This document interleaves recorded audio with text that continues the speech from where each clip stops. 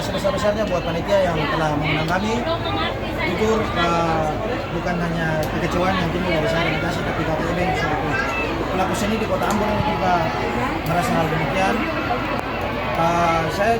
Ini kita kedua kalinya datang ke Kota Ambon, tapi acara kita tidak jalan.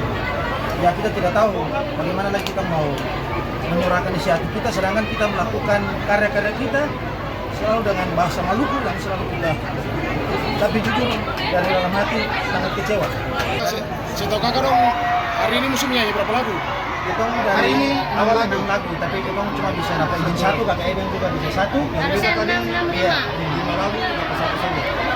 Kakak dong, apakah pantas kamu bisa bermusik? Dari kejadian ini masyarakat bisa nilai lah bagaimana. Karena kan bukan kali ini saja soal izin kan.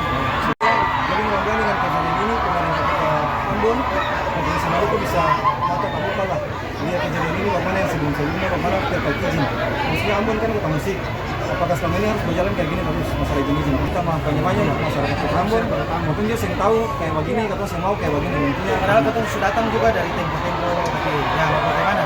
Semua sudah diambil keputusan oleh pemerintah dan kepolisian. Kita juga sebagai masyarakat yang taat hukum, kita bisa senyum dan menerima semua. Terima kasih sudah nonton. Jangan lupa like, subscribe, dan share ya.